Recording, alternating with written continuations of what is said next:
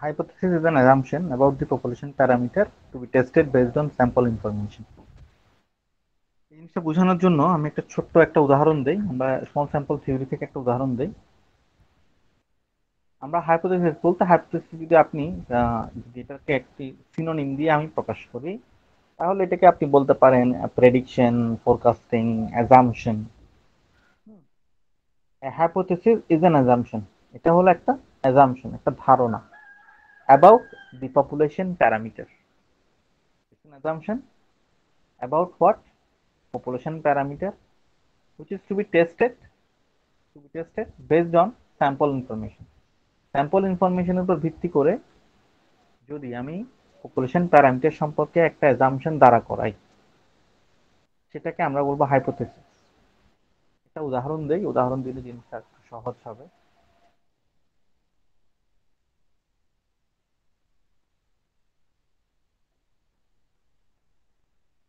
যেমন এখানে একটা প্রবলেম আমি দেখেন, খেয়াল করেন, এখানে একটা প্রবলেম আমি আপনাকে দেখাচ্ছি। 10 oil tins are taken at random from an automatic filling machine.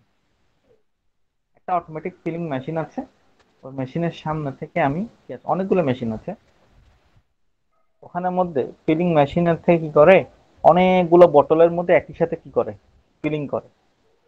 Automatic feeling machine, বুঝতে পেরেছেন? অর্থাৎ আমরা বটলিং প্ল্যান্ট আছে না, বটলিং প্ল্যান্ট, আপনারা কখনো কোকা কোলা, পেপসি এরকম বটলিং প্ল্যান্টের ভিডিও দেখেছেন? ওখানে দেখলে দেখবেন automatic feeling machine. Ice cream company গুলোতেও আছে, বটলিং কোম্পানি যতগুলো আছে, বেভারেজ কোম্পানি যতগুলো আছে, ওরা বটলিং যখন করে, অর্থাৎ সবগুলো বটলের মধ্যে একসাথে কোক, একসাথে পেপসি, স্প্রাইট এগুলো ফিলিং করে না, ওরকম ফিলিং মেশিন। তো অয়েল ফিলিং মেশিন আর কি একটা, ওরকম আমি স্যাম্পল হিসেবে 10টা টিন নিলাম, ঠিক আছে? এখন ওখানে 100টা থাকতে পারে, 1000টা থাকতে পারে, 10,000টাও থাকতে পারে ফিলিং অপশন। তো এই যে 10টা নিয়েছি, এই 10টাকে আমি গড় করলাম, অ্যাভারেজ বের করলাম, অ্যারিথমেটিক মিন নিলাম। ওই অ্যারিথমেটিক মিন পেয়েছি কত? 15.8 কিলো।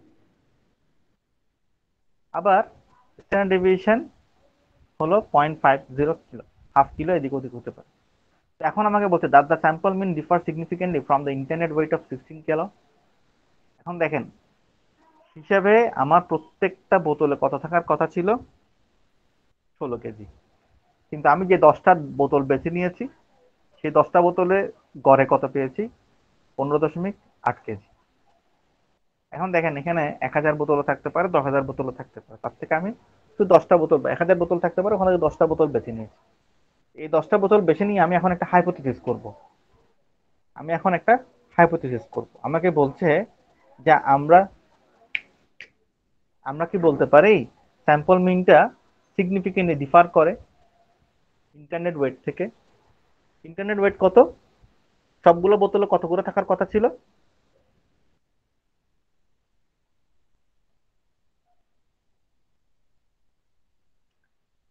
নুসরাত সাদিয়া, আমার অয়েল মেশিনের অটোমেটিক ফিলিং মেশিনগুলো থেকে যে বটলগুলোতে আমি ফিলিং করব, ওগুলাতে প্রতি বোতলে কত করে থাকার কথা, কতটুকু করে থাকার কথা তেল?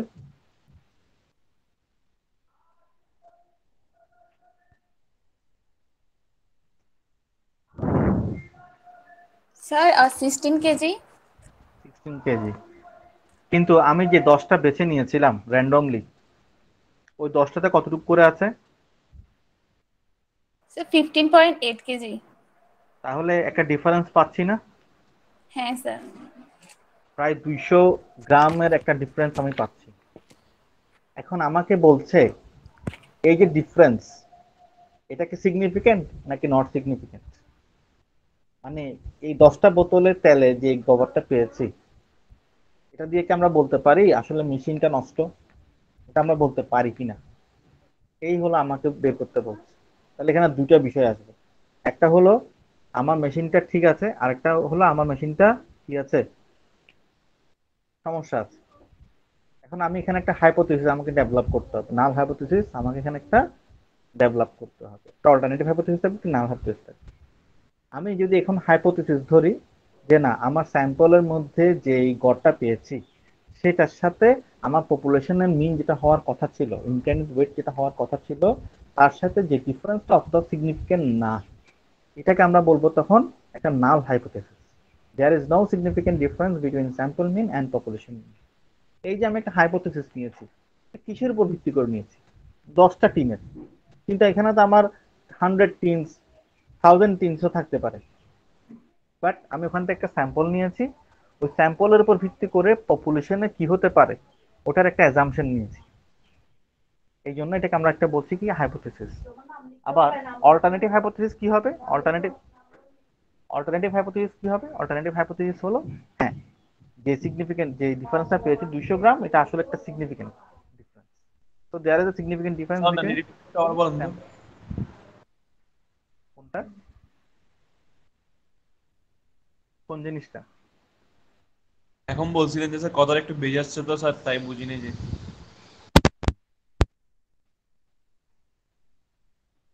হ্যালো, হ্যাঁ, বললাম আমি একটু যে আগে যে আমি ডেফিনিশনটা করেছিলাম, a hypothesis is an assumption. তাহলে এখানে একটা অ্যাজাম্পশন করছি না আমি,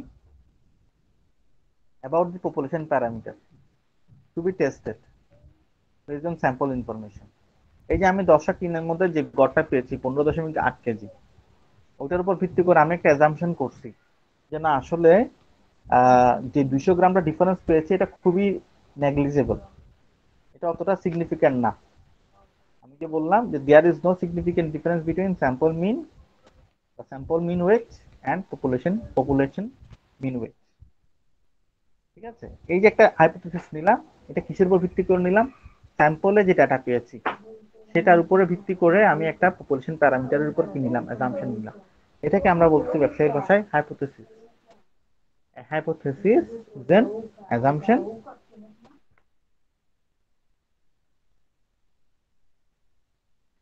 about the population parameter to be tested based on sample information.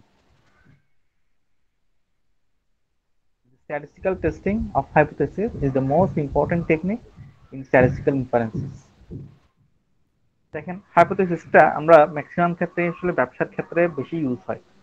হ্যাঁ, hypothesis tests are widely used in business and industry for making decisions.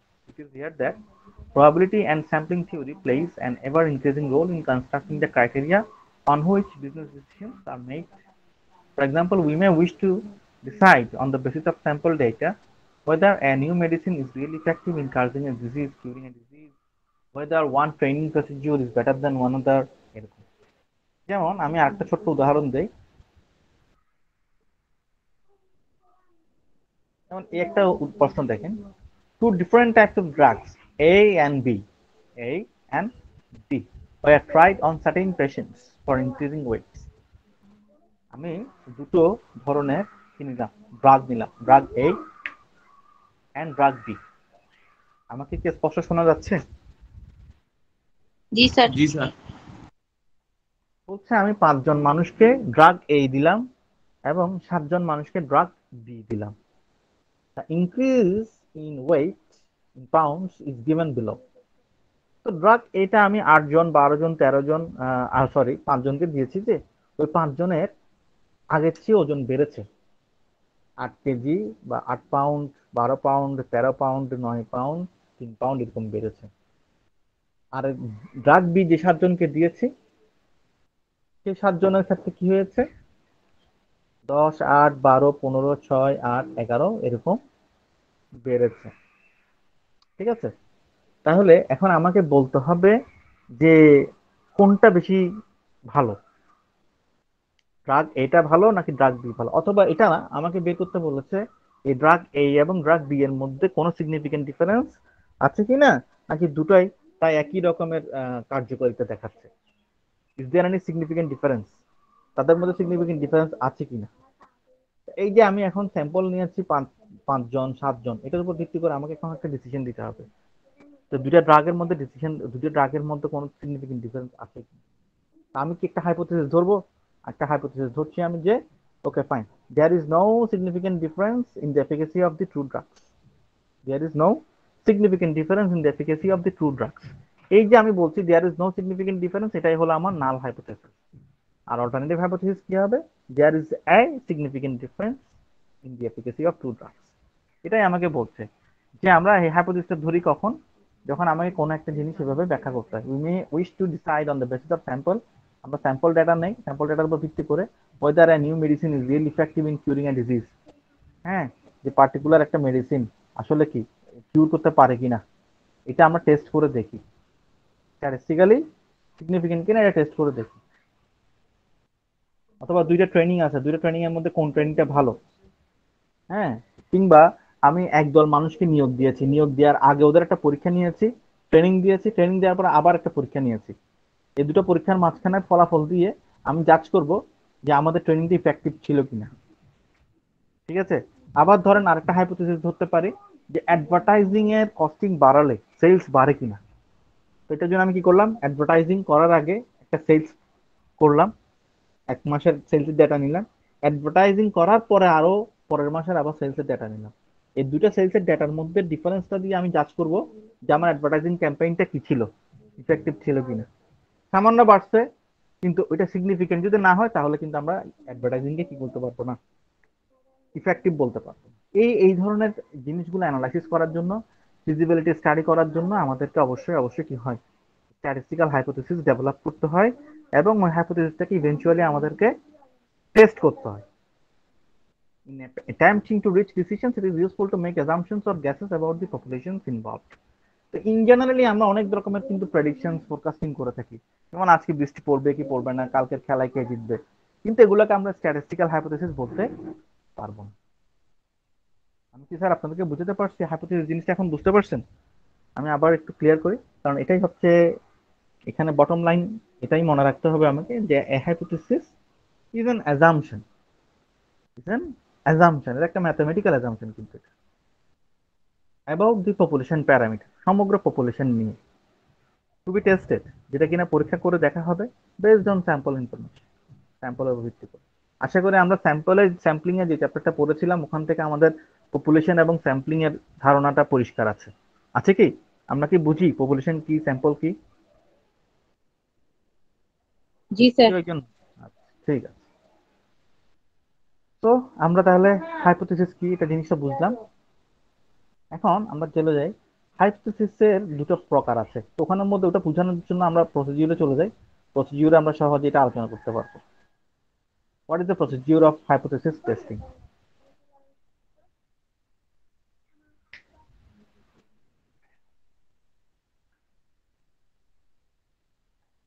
The general procedure followed in testing hypothesis comprises the following steps.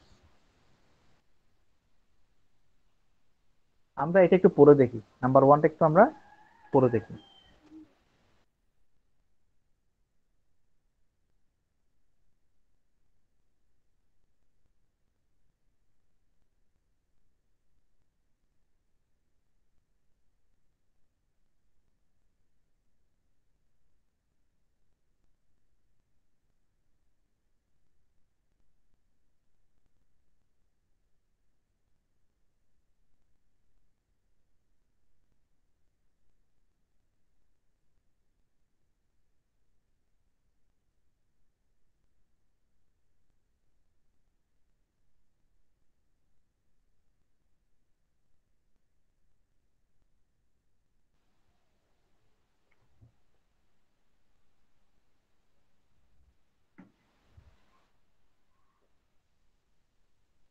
তাহলে আমাদের first স্টেপটা হলো setting up a hypothesis. First step in hypothesis testing is to establish the hypothesis to be tested. প্রথমে আমরা একটা hypothesis establish করব। Since statistical hypotheses Establish. are usually since statistical hypotheses are usually assumptions, Mahi কিছু বলবা? না।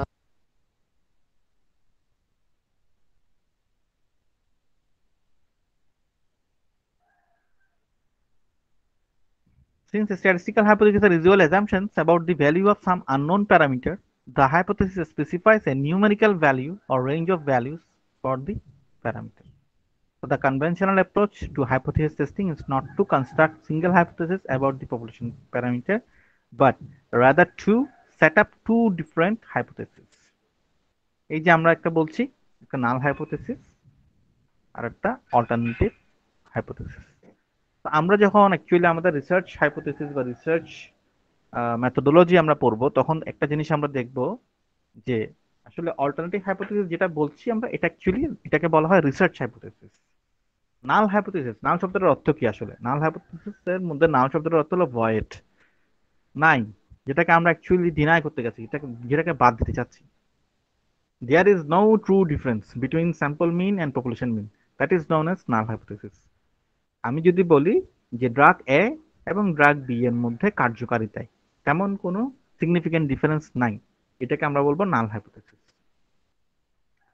ঠিক আছে, অর্থাৎ স্যাম্পল স্ট্যাটিস্টিক এবং পপুলেশন স্ট্যাটিস্টিকের মধ্যে যদি কোনো সিগনিফিকেন্ট ডিফারেন্স না থাকে, সেটাকে আমরা বলবো নাল হাইপোথেসিস।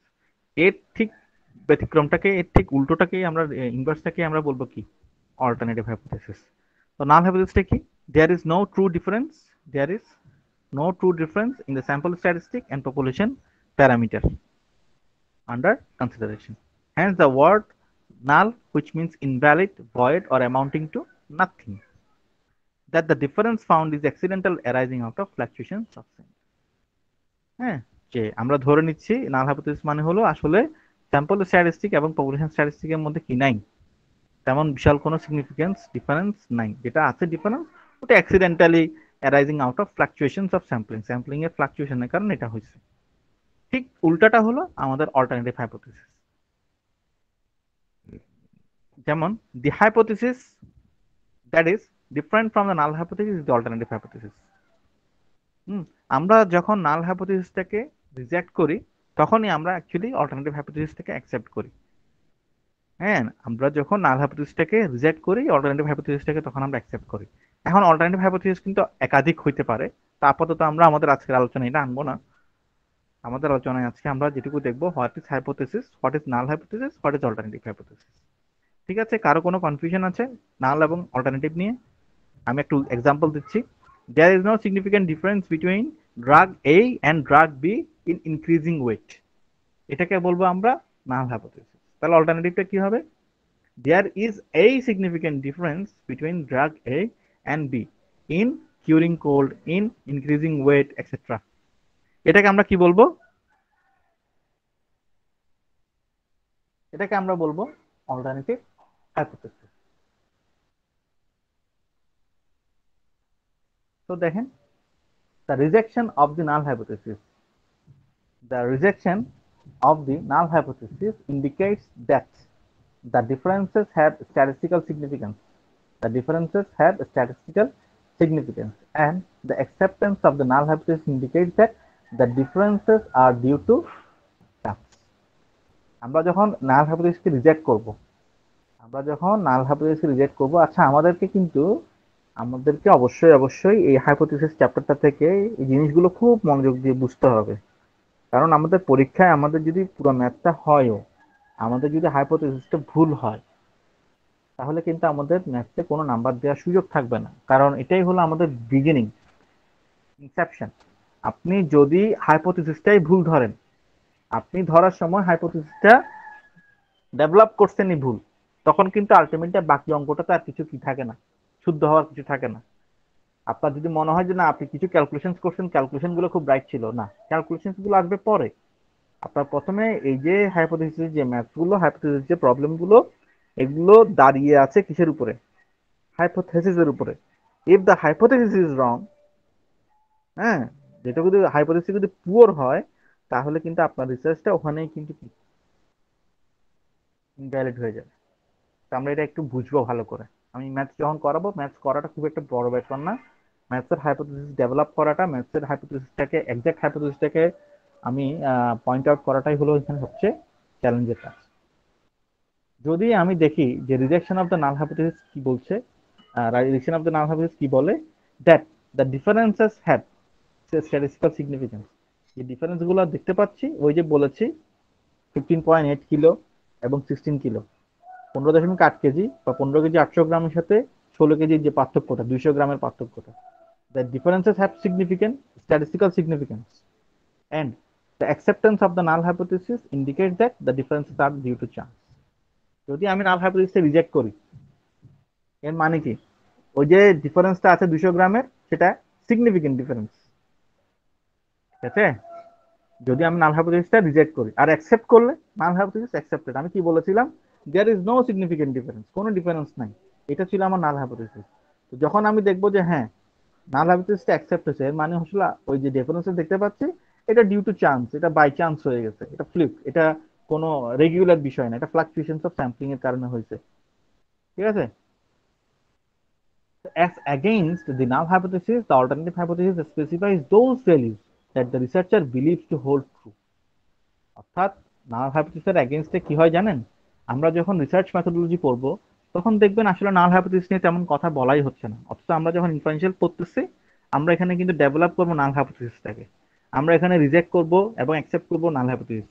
কিন্তু আমরা যখন রিসার্চ মেথোডোলজি পড়বো তখন দেখবো আমরা সবসময় অল্টারনেটিভ হাইপোথিসিস বা রিসার্চ হাইপোথিসিস নিয়ে কাজ করতেছি। আসেন, the alternative hypothesis specifies those values that the researcher believes to hold true. অর্থাৎ একজন রিসার্চার আসলে চায় কি জানেন, মূল রিসার্চারের মূল পয়েন্টটাই থাকে নাল হাইপোথিসিসটা রিজেক্ট হোক, নাল হাইপোথিসিসটা রিজেক্ট হোক। যেমন সূর্য পূর্ব দিকে উঠে না পশ্চিম দিকে উঠে, আমি প্রথমে নাল হাইপোথিসিস ধরলাম সূর্য পশ্চিম দিকে উঠে।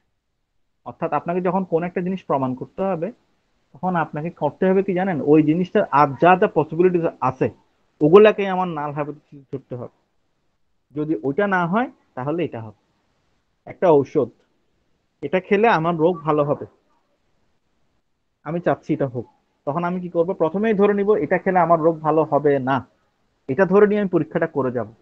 এরপরে যদি আমার ফলাফলটা কি হয়, এটা যদি অ্যাকসেপ্ট হয় তাহলে তো ঠিক আছে, ওষুধটা ভালো না, যে আমার ওই ইয়াটা অ্যাকসেপ্ট হয়ে যাবে, নালটা অ্যাকসেপ্ট হয়ে যাবে। কিন্তু যখন আমি দেখবো যে না আমার নালটা রিজেক্ট হচ্ছে, that means there is an good news for me, then আমার অল্টারনেটিভ হাইপোথিসিস বা রিসার্চ হাইপোথিসিসটা কি হচ্ছে, অ্যাকসেপ্ট হচ্ছে। আমরা যখন ম্যাথস করব তখন জিনিসগুলো একদম আমার কাছে আরো বেশি ক্লিয়ার হয়ে যাবে, আপাতত আমরা শুধু থিওরিগুলো একটু মাথায় রাখি। আসেন, এরপর আসেন setting up a suitable significance level. Setting up a suitable significance level, having set up a hypothesis. আচ্ছা, এটুকুতে আমাদের কারো কোনো কোয়েশ্চেন আছে? নাল হাইপোথিসিস কি, অল্টারনেটিভ হাইপোথিসিস কি, নো স্যার। এটাতে আমাদের কারো কোনো কোয়েশ্চেন আছে? না স্যার।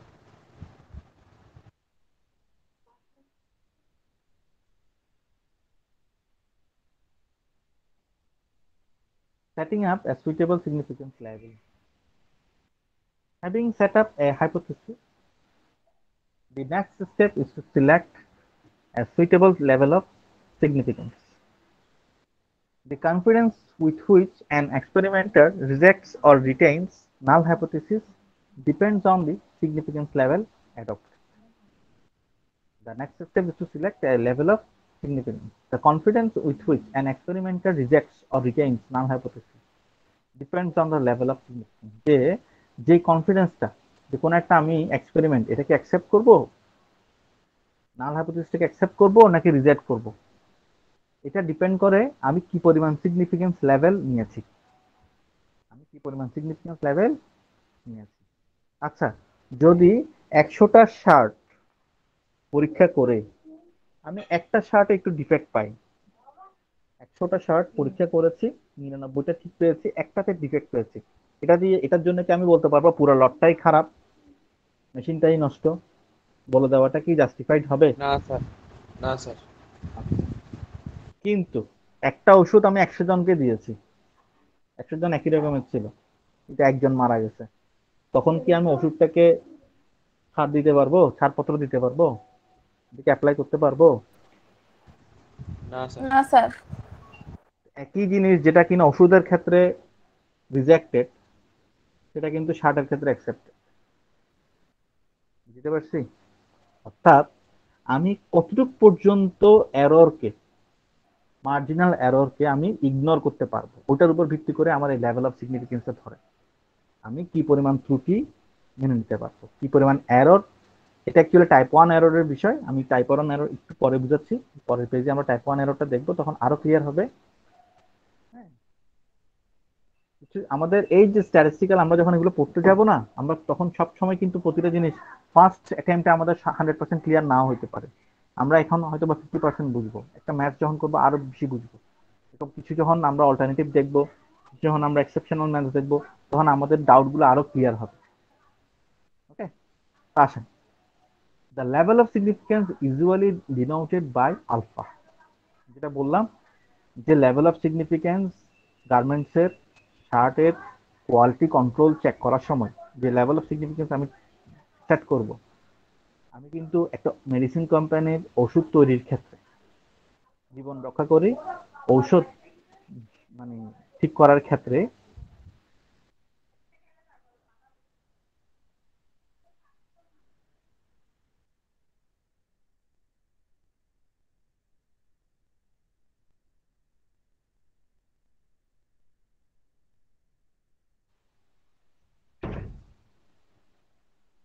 লেভেল অফ সিগনিফিকেন্স আমরা যেটা বলছিলাম যে মেডিসিন ইন্ডাস্ট্রির ক্ষেত্রে কিন্তু কি হবে না, ওই লেভেল অফ সিগনিফিকেন্সটাকে আমরা ধরবো না, তার চেয়ে অনেক অনেক কম। আমরা একটা মেডিসিন যদি 1% চান্স থাকে তাহলে কখনো ছাড় দিতে পারবো না, 0.1% দিলেও থাকতে পারবো না। এটা একেবারে অনেক অনেক অনেক, যে কোটিতে একজন মারা দিতেও পারে, তখন হয়তো বা আমরা এটাকে ছাড় দিলেও দিতে পারি, কারণ ওখানে আমার কি ক্যাজুয়ালিটিটা অ্যাকসেপ্টেবল না। ঠিক আছে, একটা শার্টের কোয়ালিটি আর একটা লাইফের রিস্ক দুটো এক জিনিস না। এই জন্য আমরা কোন হাইপোথেসিসটা বা কোন সেক্টরে কোন ইন্ডাস্ট্রিতে এটা করছি, কোন ইন্ডাস্ট্রির কোন প্রোডাক্টের ক্ষেত্রে কোন বিজনেসের ক্ষেত্রে আমি এটা ইউজ করছি, কোন অ্যানালাইসিসের ক্ষেত্রে কোন রিসার্চের ক্ষেত্রে আমি এটা ইউজ করছি, এটার উপর ডিপেন্ড করে কিন্তু হাইপোথেসিস বা সিগনিফিকেন্স লেভেলগুলো আমরা ধারণ করি, আমরা নিজেরা এটা সেট করি। তো আমরা যে বলছিলাম level of significance actually denoted by alpha. It is generally specified before any samples are drawn. আমরা কোনো স্যাম্পল নেওয়ার আগেই কিন্তু কি করি, লেভেল অফ সিগনিফিকেন্সটা সেট করে নিই, so that results obtained will not influence hour choice. যাতে করে রেজাল্ট যেটা আসবে সেটা কোনো আমাদের চয়েসকে ইনফ্লুয়েন্স না করে। Though any level of significance can be adapted. Any level of significance can be adapted. In practice, we either take 5% or 1% level of significance. Okay. So when we take 5% level of significance, then there are 5 chances out of 100 that we would reject a null hypothesis when it should be accepted. অর্থাৎ আমি যদি 5% level of significance ধরি, এর মানে হলো আমি 100 এর মধ্যে 95% কনফিডেন্ট যে না, আমি নাল হাইপোথিসিস যেটা ধরছি, আমি যেটা হাইপোথিসিস ধরছি সেটা যদি আমার হাইপোথিসিস ট্রু হয় তাহলে এটা অ্যাকসেপ্ট হবে। ঠিক আছে, কিন্তু 5% চান্স আছে যে আমার হাইপোথিসিসটা ট্রু হওয়ার পরও এটা রিজেক্ট হয়ে যেতে পারে। এরকম ধারণা যদি আমি 5% রাখি, এরকম প্যারামিটারে যদি আমি সেট করি 5%, যে না আমার রাইট ডিসিশনটা, আমার এখানে এরর হতে পারে, এররের কারণে প্রবাবিলিটিক্যাল, হ্যাঁ এররের কারণে আমার এই হাইপোথিসিসটা ট্রু হওয়ার পরও রিজেক্ট হয়ে যেতে পারে। I have to reject the null hypothesis when it should be accepted. যদি এমন চান্স আমি 5% ধরি আউট অফ 100, এটা যদি আমি 5 ধরি, তাহলে আমরা বলবো লেভেল অফ সিগনিফিকেন্স ইজ 5। অর্থাৎ আমি 95% কনফিডেন্ট, আমার কনফিডেন্স লেভেল কত, 95%। একইভাবে আমি যদি বলি there is a 1% level of significance, এর মানে হলো 1% চান্স আছে আমার হাইপোথিসিসটা ট্রু হওয়ার পরও রিজেক্ট হয়ে যেতে পারে। তার মানে আমি 99% কনফিডেন্ট যে আমার হাইপোথিসিসটা যদি ট্রু হয় তাহলে এটা অ্যাকসেপ্ট হবে। ঠিক আছে স্যার, বুঝতে পেরেছেন আপনারা? সাধারণত আমরা যখন 5% হিসাব করি, 0.05 ধরি পি ভ্যালিউ রেঞ্জ, তখন এটাকে আমরা সিগনিফিকেন্স লেভেল বলি। আর যখন 0.01 বা 1% ধরি, ওটাকে হাইলি সিগনিফিকেন্ট আমরা বলি। ঠিক আছে, তো আমরা যখন আসলে ম্যাথস গুলো করবো তখন আমরা জিনিসগুলো আরো আরো বিস্তারিত আলোচনা করব, জানতে পারবো। আপাতত ইন্ট্রোডাক্টরি লেভেল আমরা এটুকু আপাতত মাথায় রাখি যে যে আমার হাইপোথেসিস ট্রু হওয়ার পরেও রিজেক্ট হতে পারে এমন চান্স যদি আমি 5% ধরি, তাহলে আমার লেভেল অফ সিগনিফিকেন্স হলো 5%, 95% হলো কনফিডেন্স লেভেল। আসেন এরপরে determination of suitable test statistic. The third step is to determine a suitable test statistic and its distribution. যেমন এখানে যেটা দিয়েছে, test statistic sample statistic minus hypothesized population parameter divide by standard error. এটা actually আমরা Z টেস্টের ক্ষেত্রে করে থাকি। আমরা বেশ কিছু টেস্ট দেখি, যদি স্মল স্যাম্পল থিওরি দিয়ে আমরা করি তাহলে ওখানে দেখবো টি টেস্টের কাজ করতে। আমরা যখন দেখব যে আমার অবজার্ভ ফ্রিকোয়েন্সি, এক্সপেক্টেড ফ্রিকোয়েন্সি, হ্যাঁ অবজার্ভ ডাটা এবং এক্সপেক্টেড ডাটার মধ্যে কোনো সিগনিফিকেন্ট ডিফারেন্স আছে কিনা টেস্ট করতে, ওইটার জন্য আমরা কাই স্কয়ার টেস্ট করব। আবার যখন মোর দ্যান 2 মিনস নিয়ে কাজ করব তখন আমরা অ্যানালাইসিস অফ ভেরিয়েন্স নিয়ে কাজ করব। এরকম বেশ কিছু অ্যানালাইসিস কিন্তু আছে। সবগুলোর সব অ্যানালাইসিস বা সব হাইপোথেসিস কিন্তু একই রকম ভাবে টেস্ট করা যাবে না, এটা অনেক কিছুর উপর ডিপেন্ড করে। এটা অনেক কিছুর উপর ডিপেন্ড করে, তার মধ্যে একটা মূল বিষয় হলো যে size of sample. Size of sample, small sample নাকি লার্জ স্যাম্পল, ওগুলো আমরা ম্যাথ যখন করবো দেখবো। মানে সহজ কথা, আমরা লেভেল অফ সিগনিফিকেন্স ঠিক করার পরে এখন আমরা কোন টেস্টটা রান করবো, আমরা কি টি টেস্ট করবো, আমরা কি জেড টেস্ট করবো, টি টেস্ট করবো, কাই স্কোয়ার টেস্ট করবো, নাকি অ্যানালাইসিস অফ ভেরিয়েন্স করবো, এগুলো আমাকে তখন কি করতে হয়, ডিটারমাইন করতে হয়। এবার চলে আসি ক্রিটিক্যাল রিজিয়ন। ক্রিটিক্যাল রিজিয়ন কি? ক্রিটিক্যাল রিজিয়নকে এক কথায় মনে রাখতে চাই, এটাকে আমরা বলবো রিজেকশন রিজিয়ন। Rejection region. আচ্ছা, আমরা নর্মাল টেস্ট করেছিলাম না, মনে আছে আমরা নর্মাল ডিস্ট্রিবিউশন করেছিলাম না? নর্মাল ডিস্ট্রিবিউশনের ক্ষেত্রে আমরা দেখতাম না আমাদের এরকম ডেটা, এরকম জি কোন এক স্যার, জি জায়গায় স্যার, ডেটা পেতাম, তাই না?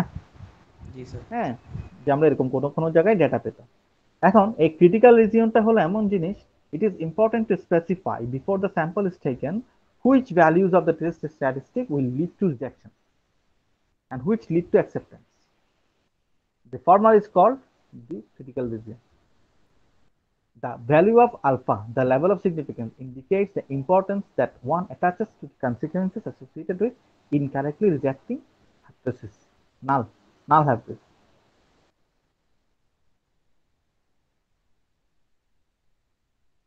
দেখতে পাচ্ছেন রিজেকশন রিজিয়ন, দেখতে পাচ্ছেন এই জায়গাটাই একটা রিজেকশন রিজিয়ন আছে, এই জায়গাটা একটা রিজেকশন রিজিয়ন আছে। এগুলাকে বলা হয় ক্রিটিক্যাল রিজিয়ন। টু টেল টেস্টের ক্ষেত্রে সাধারণত ক্রিটিক্যাল রিজিয়ন বা রিজেকশন রিজিয়ন দুই পাশেই থাকে। আর ওয়ান টেল টেস্টের ক্ষেত্রে আইদার রাইট টেইলে থাকে অথবা লেফট টেইলে থাকে।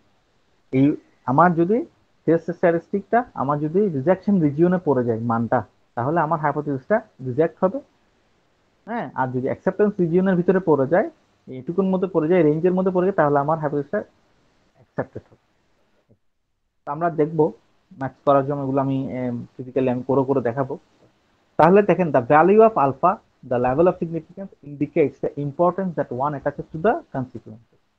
এখন আসে, it can be shown that when the level of significance is alpha, the optimal critical region for a two-sided test consists of alpha by 2%, the area in the right tail of the distribution plus half alpha by 2% in the left tail. অর্থাৎ আমি যদি 5% alpha ধরি, 5% কি ধরি, error ধরি। 5% মানে কি আসলে, আমি 5% ধরেছি লেভেল অফ সিগনিফিকেন্স, তাহলে 95% আমার কনফিডেন্স লেভেল না স্যার? 95% কি আমার কনফিডেন্স লেভেল, ঠিক আছে? অর্থাৎ এই রেঞ্জের ভিতরে যদি আমার পড়ে যায় তাহলে এটা আমার কি অ্যাকসেপ্টেড হবে। তো রিজেকশনের রিজিয়ন কত আছে, 5% না? আমি পার্সেন্ট হচ্ছে 5%, ওই 5%টাকে আমি যদি দুই টোটাল টেস্ট হয়, সেক্ষেত্রে এই পাশে দিব 2.5%, আরেক পাশে দিব 2.5%। ক্রিটিক্যাল রিজিয়ন এই দুটোটার একটার মধ্যে পড়ে গেলে আমার হাইপোথিসিসটা রিজেক্ট হবে। আপ টু দ্যাট এর ভিতরে থাকলে অ্যাকসেপ্ট হবে, সেটাই বলেছে আসলে। তো the establishing a critical region is similar to determining 1 minus alpha, 1 minus alpha, 100 into 1 minus alpha percent confidence interval। 1 minus alpha, তা আলফা যদি 5 হয় তাহলে আমার তখন কনফিডেন্স ইন্টারভ্যাল হবে কত, 95। আমার 5% এর ক্ষেত্রে কনফিডেন্স ইন্টারভ্যাল 95, আর যদি 1% হয় সেক্ষেত্রে কনফিডেন্স ইন্টারভ্যাল 99%। ফাইন, এটাও আমরা ধরলাম ক্রিটিক্যাল রিজিয়নটা আমরা পেয়ে গেলাম। 5% হলে এই পাশে 2.5%, ওই পাশে 2.5%, এই পাশে 2.5, এই পাশে 2.5। টু টেল টেস্টের ক্ষেত্রে যেটা রাইট টেলও রিজেকশন পয়েন্ট আছে, লেফট টেলও, এই যে রাইট টেল লেফট টেল কোনটা বলছি, এগুলা, এই যে রাইট টেল লেফট টেল। কোনো কোনো ম্যাথে আমরা দেখবো টু টেল টেস্ট, আবার কোনো কোনো ম্যাথে দেখবো one tail test. In generally আমরা যে ম্যাথগুলো আজকে বা আমাদের এই সিলেবাস আমরা করবো, মোস্ট অফ দ্য টাইম আমরা টু টেল টেস্টই করবো আসলে। ঠিক আছে, টু টেল টেস্টই করবো, আমি একটু পরে বুঝাচ্ছি টু টেল টেস্ট কি। এই জিনিসগুলো ইভেনচুয়ালি আরো ক্লিয়ার হবে আমাদের।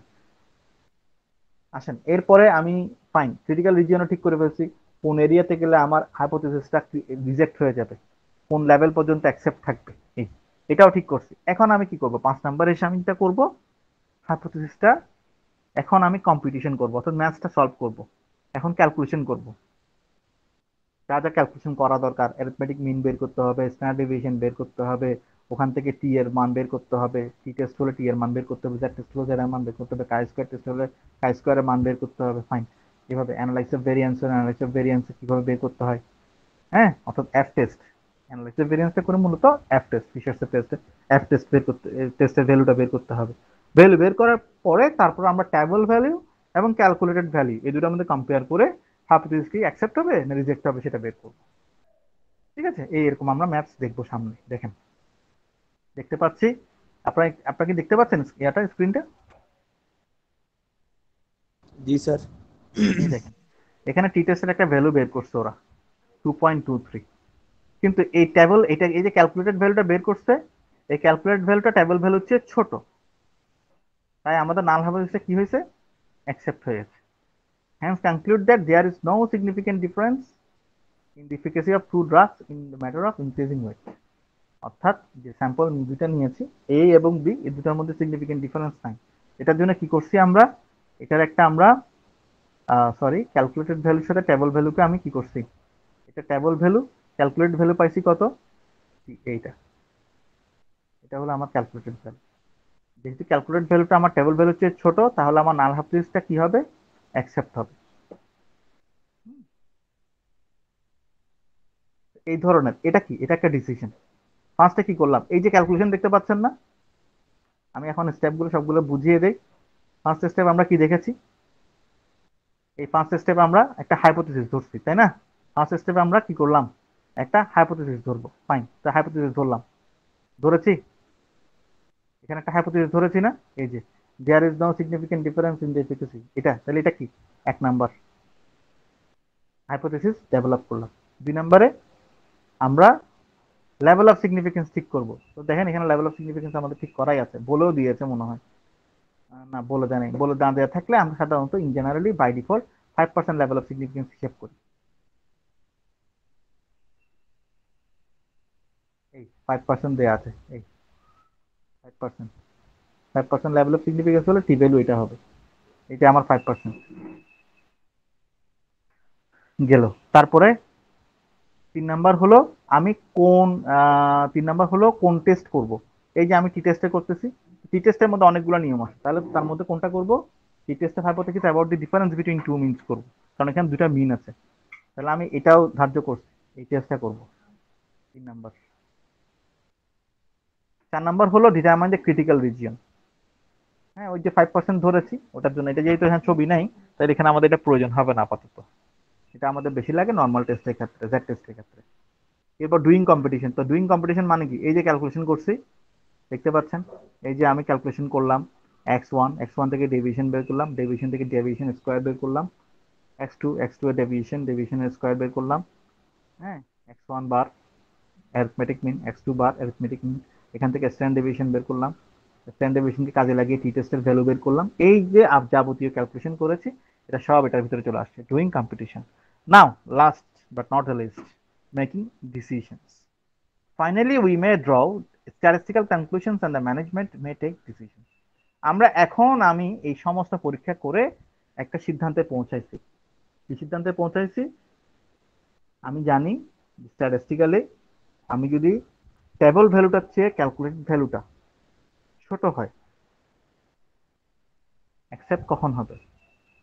If table value is higher than calculated value, then null হাইপোথিসিসটা কি হবে? নাল হাইপোথিসিসটা অ্যাকসেপ্ট হবে।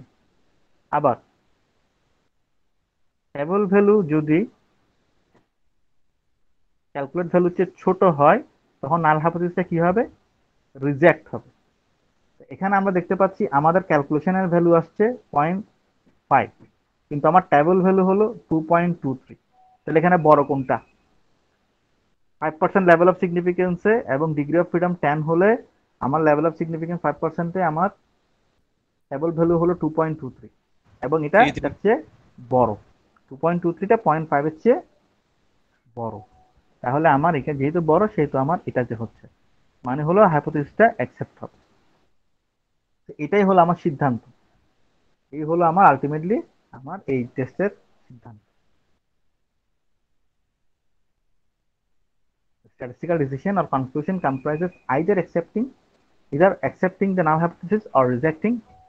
So the decision will depend on whether the computed value of the test criterion falls in the region of rejection or the region of acceptance. কোথায় পড়ছে?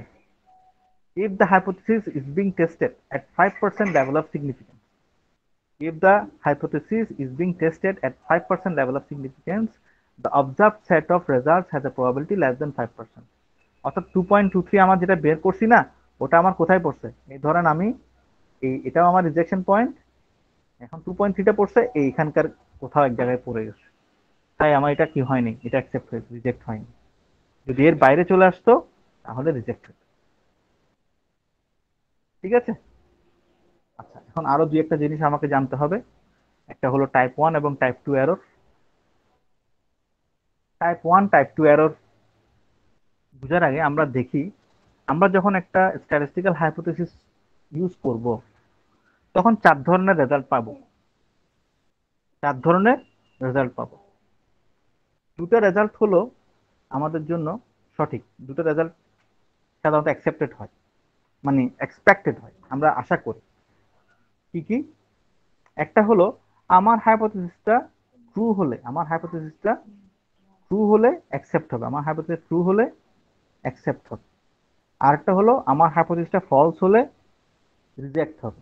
এই দুইটাতে কোনো error না, এই দুইটা কি না, এরর না। বাট ঘটনা কখন আমরা বুঝতে পারি এরর?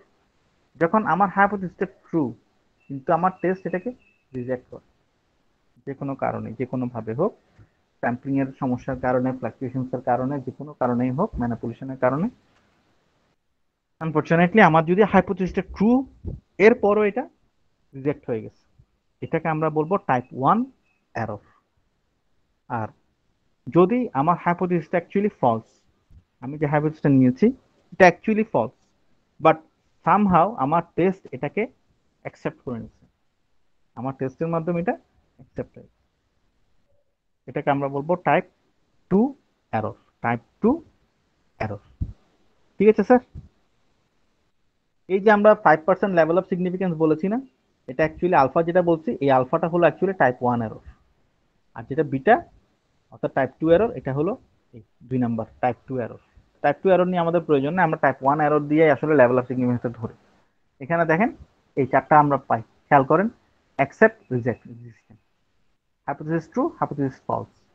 আমার হাইপোথেসিস ট্রু, অ্যাকসেপ্ট হবে, এটাই তো স্বাভাবিক। আবার হাইপোথেসিস ফলস, রিজেক্ট হবে, এটাই স্বাভাবিক। কিন্তু ঘটনাটা কখন ব্যতিক্রম হয়? যখন হাইপোথেসিস ট্রু হওয়ার পরও কি হয়ে যায়, রিজেক্ট হয়ে যায়, ট্রু হওয়ার পরও রিজেক্ট হয়ে যায়, সেটাকে আমরা বলি টাইপ 1 এরর। আবার হাইপোথেসিস ফলস কিন্তু এটা অ্যাকসেপ্ট হয়ে গেছে, এটাকে বলে টাইপ 2 এরর। এটাকে বলা হয় টাইপ 2 এরর। ঠিক আছে স্যার, বুঝতে পেরেছি আমরা টাইপ 1 এরর, টাইপ 2 এররটা কি। Yes sir.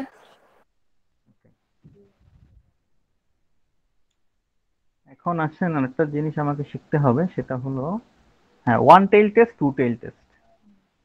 আমরা যখন আমাদের টেস্টগুলো রান করব তখন দু ধরনের টেস্ট আমরা পাবো, আইদার এটা টু টেইল টেস্ট হবে অথবা ওয়ান টেইল টেস্ট হবে। একটু আগে আমি বলেছি আমার ক্রিটিক্যাল রিজিয়ন যেটা বা রিজেকশন রিজিয়ন যেটা, সেটা যদি দুপাশেই থাকে, সেটা যদি দুপাশেই থাকে ওটাকে আমরা বলবো টু টেইল টেস্ট। আর যদি যে কোনো এক পাশে থাকে তাহলে বলবো ওয়ান টেইল টেস্ট। তো যে কোনো এক পাশে বলতে যদি এটা রাইট টেইলে থাকে, ডান পাশে, তাহলে এটাকে বলবো রাইট টেইল টেস্ট, আর বাম পাশে হলো left tail। আমি এটা একটু ব্যাখ্যা করছি। তার আগে আমরা এটা একটু আমি সবাইকে অনুরোধ করবো আপনারা সবাই এটা একটু গো থ্রু করেন। এই প্যারাটা আমরা একটু রিডিং করে দেখি সবাই।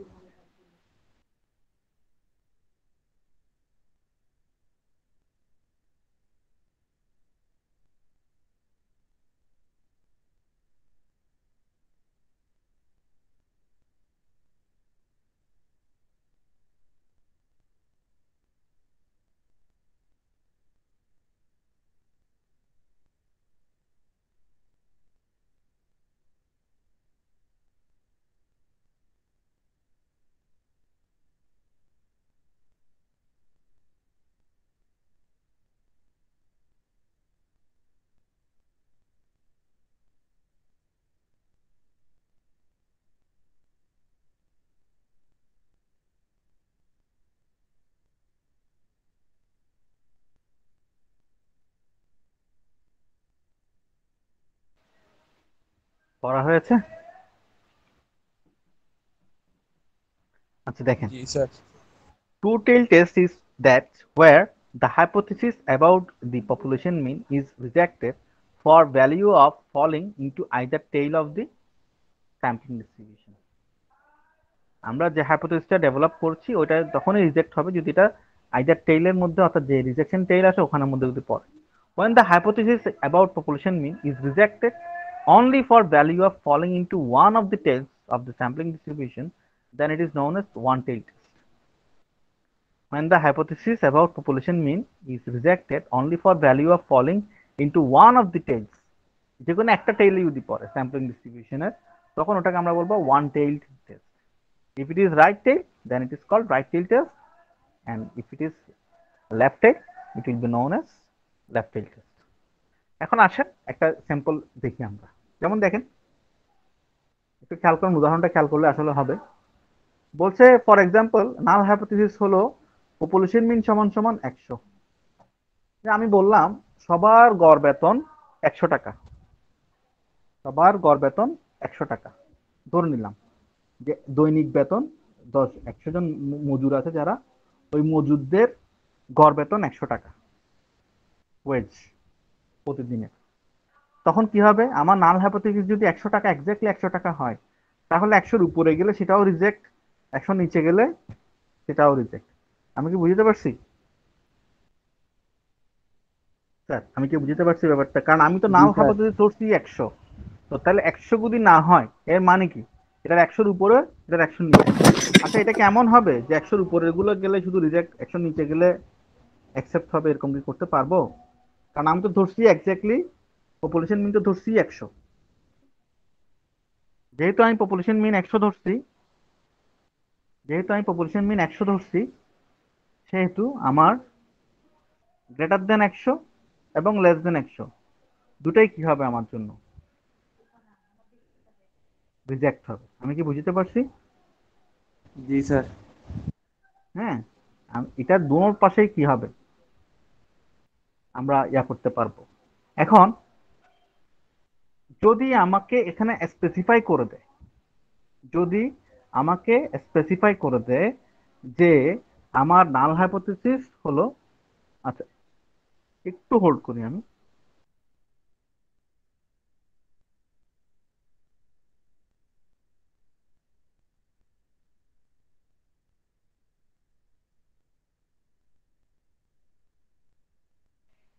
হ্যাঁ, যেটা বলছিলাম, যদি আমি, খেয়াল করেন আমার নাল হাইপোথিসিস ধরছি কত, আমার নাল হাইপোথিসিসে আমি মিন ধরছি 100,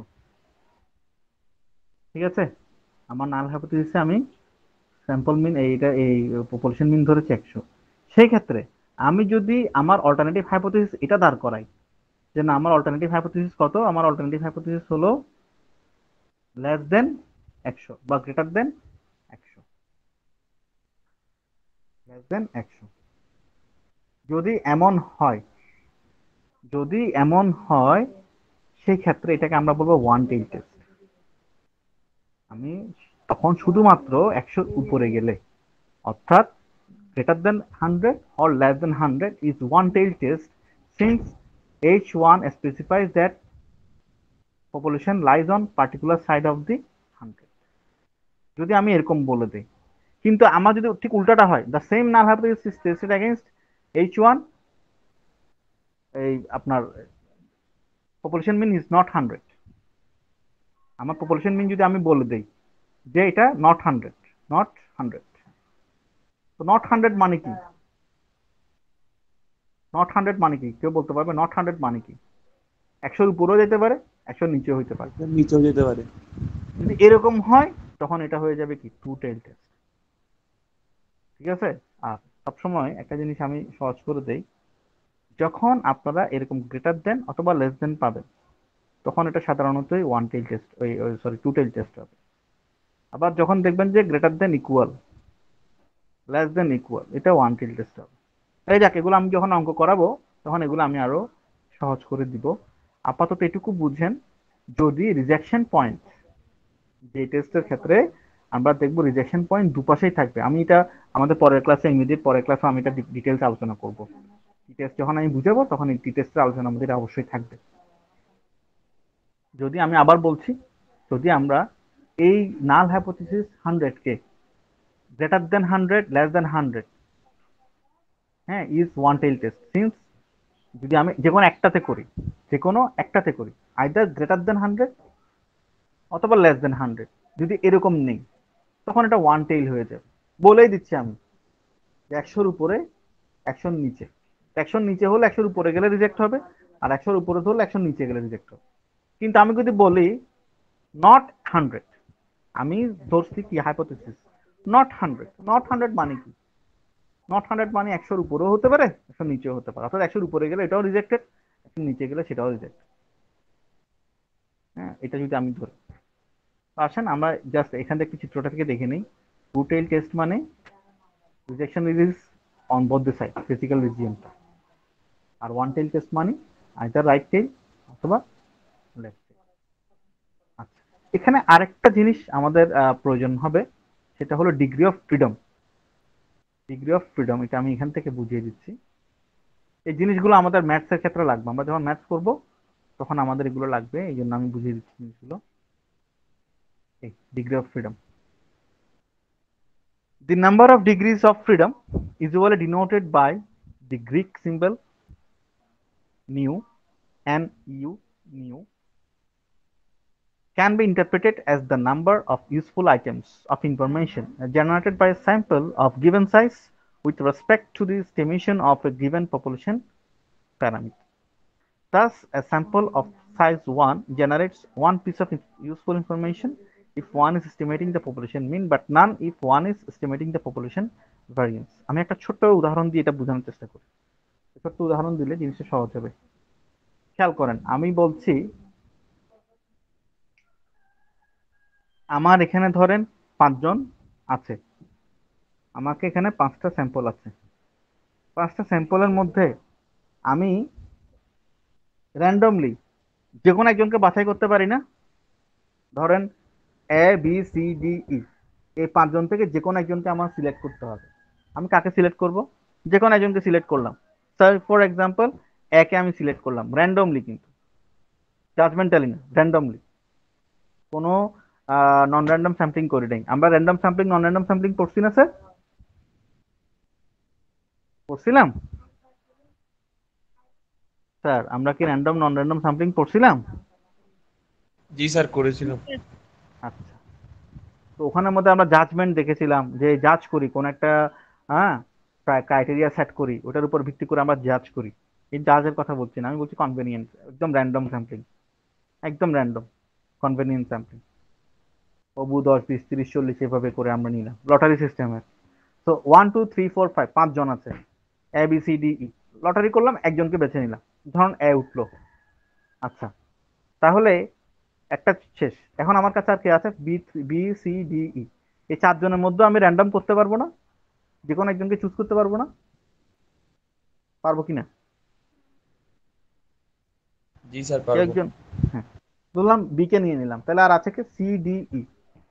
এখান থেকেও আমি কি করতে পারবো? যে কোনো একজনকে বাছাই করতে পারবো সি ডি ই থেকে। সেই ফর এক্সাম্পল আমরা সি কে নিলাম, আর বাকি আছে কি? ডি এবং ই। তো ডি এবং ই থেকেও আমি কি করতে পারবো? একজনকে বাছাই করতে পারবো। ধরে নিলাম ডি কে নিয়েছি, এখন আর বাকি আছে ই। আচ্ছা, এখন এই ই এর ক্ষেত্রে কি আমার আর কোনো আমার কাছে কি আর কোনো ফ্রিডম আছে? ইটা বাকি আছে। ই ছাড়া, ই এর মধ্যে থেকে আমি শুধু ই কে ছাড়া আর কাউকে নিতে পারবো?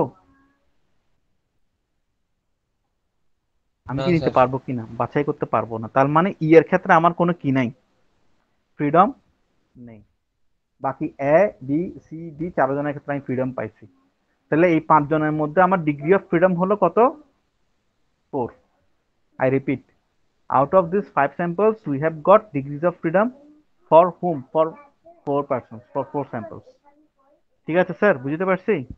তো এখন আপনারা দেখেন, জি আমি স্যার। এখান থেকে আপনাদেরকে বুঝাই দিই জিনিসটা। এই অংশটুকু বুঝলে আমার মনে হয় ডিগ্রি অফ ফ্রিডম আপনারা বুঝে গেছেন। এখন যেটা বুঝে সেটা বুঝবে। If n is the number of observations, যদি n হয় আমার অবজারভেশনের নাম্বার, n যদি হয় আমার observations, k is the number of independent constant, independent বা স্বাধীন আমার যে কনস্ট্যান্ট ধ্রুবক, স্বাধীন ধ্রুবক হলো k. The number of constants that have to be estimated from the original data, then n minus k is the number of degrees of freedom. একটু আগে আমরা কি করছিলাম, 5 minus 1, আমার অবজারভেশন ছিল 5, k বা ইন্ডিপেন্ডেন্ট কনস্ট্যান্ট ছিল 1, যেটাকে নিতেই হচ্ছিল, তাহলে আমি বাকিদের ক্ষেত্রে ফ্রিডম পেয়েছিলাম, তাহলে ডিগ্রি অফ ফ্রিডম ছিল 4. ঠিক আছে স্যার, আমি বুঝতে পারছি আপনাদেরকে। জি স্যার।